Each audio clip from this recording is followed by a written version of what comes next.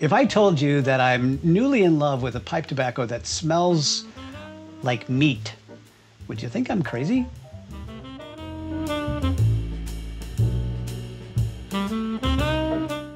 Hey everybody, I'm David Dorian Ross. I am the founder of the Virtual Pipe Club, and today I'm going to do something I've never done before, which is to give you a pipe tobacco review. And the review I'm doing today is on MacBaren's HH Rustica. It's definitely the buzz of the season. No pun intended, actually. First of all, I want to start out by saying that I am no kind of an expert in pipes or pipe tobacco. I'm a hobbyist, I enjoy it, and but I also have a kind of an interesting way of speaking about the pipe tobacco that I smoke, because I haven't got the same kind of taste buds, I guess, as some of the more expert reviewers that you might be watching. But I do have an interesting take on this. So without further ado, let me jump into a review of HH Rustica. So first of all, it comes in a pretty thick tin. I mean, look at this. This is twice as deep as the other tins of tobacco that I get from MacBaren for about the same price. And when I open it up, the first thing I'm gonna do is smell it. And it is really a nice smell. But so I opened it up and I stuck my nose in there and I thought, what does this smell like? And to be honest with you, it smelled like meat. It smelled like beef, but not like raw beef or something, you know, spoiling or gross and foul. And then as the more I smelled it, the more I realized it smells like Chinese food in a way, like good Chinese food, like where I used to eat Chinese food in San Francisco, in Chinatown, in the good restaurants where it was really something special, very complex and intricate flavors all mixed together. And that's what I'm getting out of here.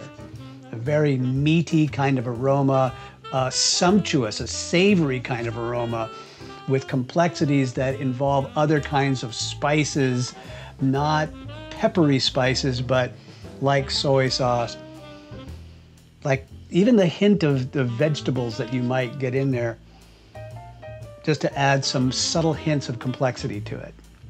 Anyway, that's really what it smelled like to me. Now, the whole tin is packed with flakes that look like this. This is, see if I can bring it into focus here. So this is about 2.5 inches long by about 1 inch wide. They're cut pretty thin, but there's a bunch in there. They're stacked in there like you would be, right up to the top of the tin. One of these flakes will give you 2 pretty good sized bowls full. I did smoke it the first time in just sort of the fold and stuff method. And the second time around, I took one and crumbled it up. I rubbed it out pretty good. And what I found was I got more than 1 bowl full when I rubbed it out that way. It lights pretty well and stays lit pretty consistently once you get the charring light going. And gives you a pretty nice thick white smoke out of it. Then I started to smoke it.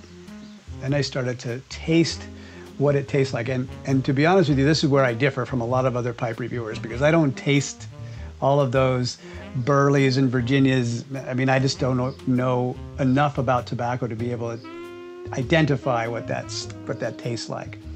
I would say I do understand what peppery means. And I have smoked a lot of tobacco that tastes really peppery. This doesn't. This is not a peppery smoke. Going into smoking this, I had a lot of anticipation because there's so much buzz about this being such a heavy nicotine content tobacco. And so I was anticipating this big bomb that just would knock me off my feet. And I'll tell you something, it never came. Instead, what I found was a tobacco that was really mellow all the way through. It was a delicious flavor. Now, I've been struggling to figure out how to describe the flavor, and all I can tell you is it's brown. It tastes brown, like coffee brown, not like chocolate brown, not like mud or dirt brown, but like coffee brown. So I guess I taste it in colors. It's rich and fills your mouth with that whole sensation, which I'm calling brown. And the first third of the bowl, I guess, all I could experience was this really wonderful flavor that just kept building and filling my mouth, and nothing ever adverse happened. So I was waiting for that big nicotine hit, and I guess about a third of the way through the bowl, I began to feel it. But it really wasn't like a fist punching you in the face. Instead, it was much more like a sort of a warm blanket being drawn over you, little snuggle in the mouth and throat and through my cheeks up here, just to say, you know, something's happening, something's warming you up, something's entering into your nervous system. And it was really kind of pleasant.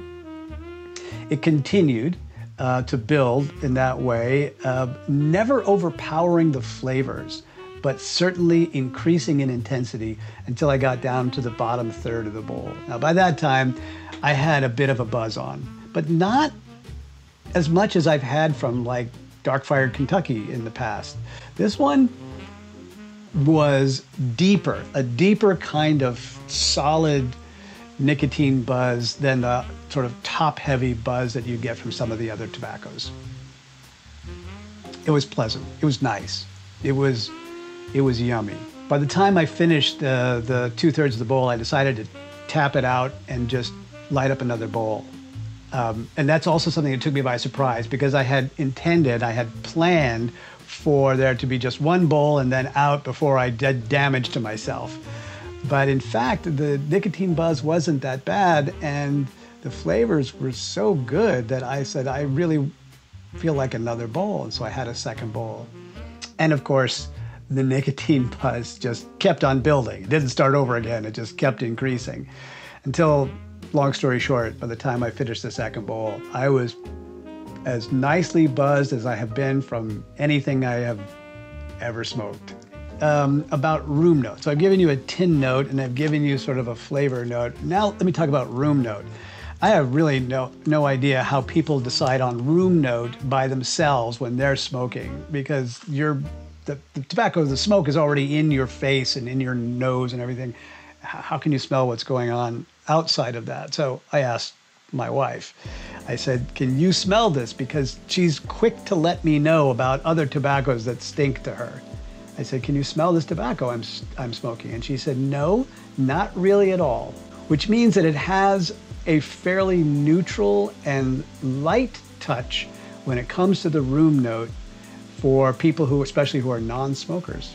And that, I think, is a good thing. All right, now, in conclusion, I say that this is a tobacco I can recommend to anyone. If you are not typically someone who likes strong nicotine tobacco, it still is a good choice. It still has some good qualities that you'll enjoy. It's because it's not overpowering at all. You just might want to be a little less exuberant than I was when I went to smoke it. The flavor is delicious, and the room note is pleasant enough that anybody will be able to tolerate it and not chase you out of their presence. Anyway, how'd I do, guys? I would really appreciate your feedback on my review, because this is the first time I've ever done one. Now, let me say a quick word about the Virtual Pipe Club. The Virtual Pipe Club is just a small group that I started because here we are all quarantining in place and staying safe at home, and I don't have anybody to go hang out and smoke with. And besides that, I wanted to meet some people in other countries who were smokers also. So the Virtual Pipe Club meets every Saturday, and it's a group of friends from all over the world who get together to smoke, chat about tobacco, and listen to special guest speakers. If you haven't already signed up for it, it's free. Just come and hang out with us, and maybe we'll share some Rustica. Have a great day, my friends. I'll see you next time.